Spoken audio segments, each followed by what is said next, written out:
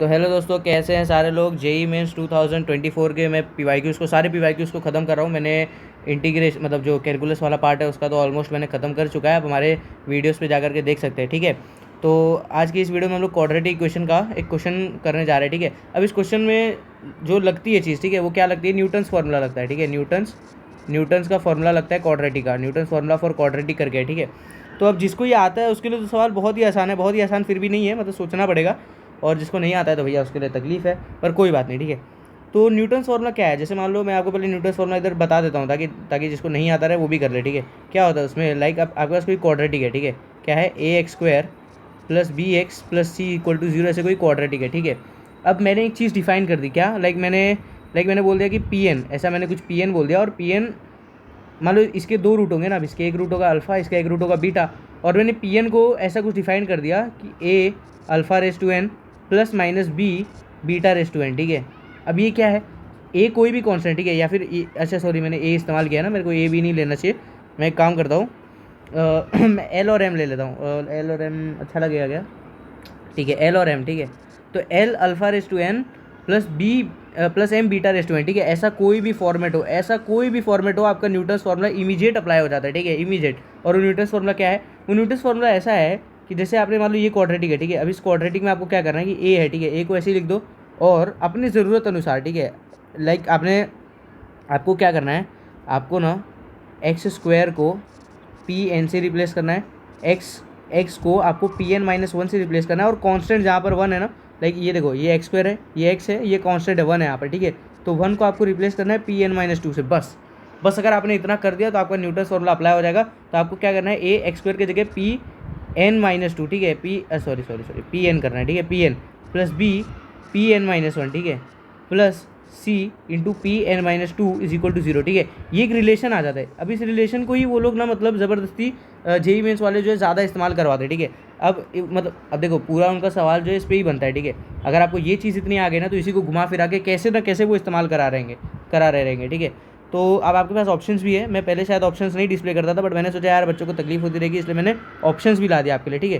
तो जो मैंने किया था उसका आप स्क्रीनशॉट ले लो, ठीक है। इसका अगर आपको स्क्रीनशॉट लेना है ले लो। और बस इतना ही होता है न्यूटन्स फार्मूला में, ठीक है। और अभी अपन इस क्वेश्चन को सॉल्व करते हैं। क्वेश्चन बोल क्या रहा है, ठीक है। अब देखो ये क्वेश्चन आपको क्या बोल रहा है, क्वेश्चन आपको बोल रहा है कि आपका जो क्वाड्रेटिक है वो कुछ ऐसा है, क्या, X square minus root two X minus root three is equal to zero, ठीक है। और आपका पी एन जो डिफाइन है वो कैसा है, alpha raise to N minus beta raise to N. इसमें एल और एम जो मैंने एल और एम पहले बताया था वो वन है, ठीक है। मतलब यहाँ पे कांस्टेंट वन है, कोई दिक्कत नहीं। तो मतलब दिखने में तो ऐसे ही रहेगा ना, दिख तो ऐसे ही रहा है, ठीक है। तो ये आपका पी एन है। तो अगर आपका ये पी एन है तो मैंने क्या बोला, एक्स स्क्वायर को आप पी एन से रिप्लेस कर दो, ठीक है, रूट टू एक्स को आप पी एन माइनस वन से रिप्लेस कर दो, माइनस रूट थ्री जो वन है यहाँ पर, वन को आप पी एन माइनस टू से रिप्लेस कर दो। ये आपका एक रिलेशन बन गया, ठीक है। अब मैं बता रहा हूँ, मैं मजाक नहीं कर रहा, इसी रिलेशन का इस्तेमाल करके ना वो लोग ये देखो, ये यहाँ पर आपको दिख रहा रहेगा, ये पूरा उसी से सॉल्व होगा। इसकी वैल्यू पूछ रहे हैं वो लोग, ठीक है, इसकी वैल्यू वो लोग पूछ रहे हैं। तो निकालते हैं यार इसकी वैल्यू क्या है। सुनो ये लिखा क्या है पहले वो देख लो, 11 रूट थ्री, ठीक है। मैं क्या करता हूँ, मैं पी रेस टू 10 ऐसे लिख दूँ, मैं ऐसे मल्टीप्लाई कर दूँ, मैं मल्टीप्लाई कर रहा हूँ, ठीक है, माइनस 10 रूट टू पी 10, ठीक है, P 10 plus 11 root two P 11 plus 10 into P 11, okay, कोई दिक्कत नहीं, माइनस 11 पी 12, ठीक है। अब देखो दो तरीके, अब कुछ बच्चे यहाँ पे गलती कर देंगे, पूछो क्या। अब वो लोग गलती ऐसे करेंगे कि सुनो, वो लोग पी 10 को कॉमन लेने की कोशिश करेंगे। तो पी 10 को कॉमन लेके देखो, ये देखो ना, उन लोग ने क्या दिया था, उन लोग ने आपको पी 10 कॉमन ही दिया था ना, पी 10 कॉमन लेके तो फिर ये चीज़ अंदर आ रही। तो ये चीज़ कुछ बन रहा है क्या, कुछ नहीं बन रहा, ठीक है। ये चीज़ कुछ बन रहा है कि ये भी कुछ नहीं बन रहा। लेकिन हाँ, अगर आप एक चीज़ देखोगे कि अगर आप देखो, JEE Mains is all about कि आपको सिंप्लीफाई करना आता है क्या, जो चीज़ उन्होंने दी अगर आप उसको सिंप्लीफाई कर लेते हो तो बस जेई मेंस उधर ही खत्म हो जाता है, ठीक है। जेई मेंस की सारी टेक्निक उधर ही खत्म हो जाती है। अब सुनो, अगर आपने 11 इसमें से कॉमन लोगे, ठीक है, आपने पी 10 कॉमन लेके देखा आपको कुछ नहीं मिल रहा। अब आप देखो कि आपके पास यहाँ पर 11 है, ये 11 है, ये 11 है, ये 11, आप 11 कॉमन लो, बस आपको जादू दिख जाएगा। बस JEE Mains is all about कि आप ट्राई करते हो क्या उस क्वेश्चन को, क्योंकि देखो परफेक्ट सोल्यूशन किसी के पास नहीं है, पर आपको हर एक मेथड से जो है ट्राई करना पड़ेगा, ठीक है। आप जब 11 कॉमन लोगे तो आपको ऐसा आ जाएगा, ठीक है। तो ये टर्म गया, ये टर्म गया और ये टर्म गया, ओके।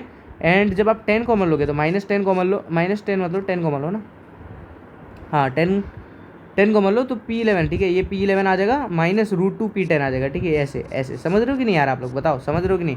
और यार आप लोग को मेरा वीडियो कैसा लगता है, आप लोग कमेंट बॉक्स में थोड़ा कमेंट किया करो यार, क्योंकि आप लोग कमेंट नहीं करते, आप लोग मेरा वीडियो देख के चले जाते हो, कमेंट नहीं करते, कमेंट किया करो थोड़ा, इससे हमको पता चलेगा कि आपको हमारा जो सिखाया हुआ चीज़ है वो समझ में आ रहा है कि नहीं, ठीक है। और तो अब ये चीज़ बन गई, ठीक है। अब आप कैसे सॉल्व करेंगे, तो सुनो यार, अब मैंने आपको एक चीज़ शायद उधर बताया नहीं कि जो एन है ना, एन जो मैंने एन यहाँ लिखवाया ना, ये एन कुछ भी हो सकता है, एन अपने हिसाब से लो, मतलब एन को आप 10 ले लो, एन को आप 11 ले लो, 12 1 2 1 नहीं ले सकते क्योंकि n-2 नेगेटिव चला जाएगा ना, वैसे आप मत कीजिए।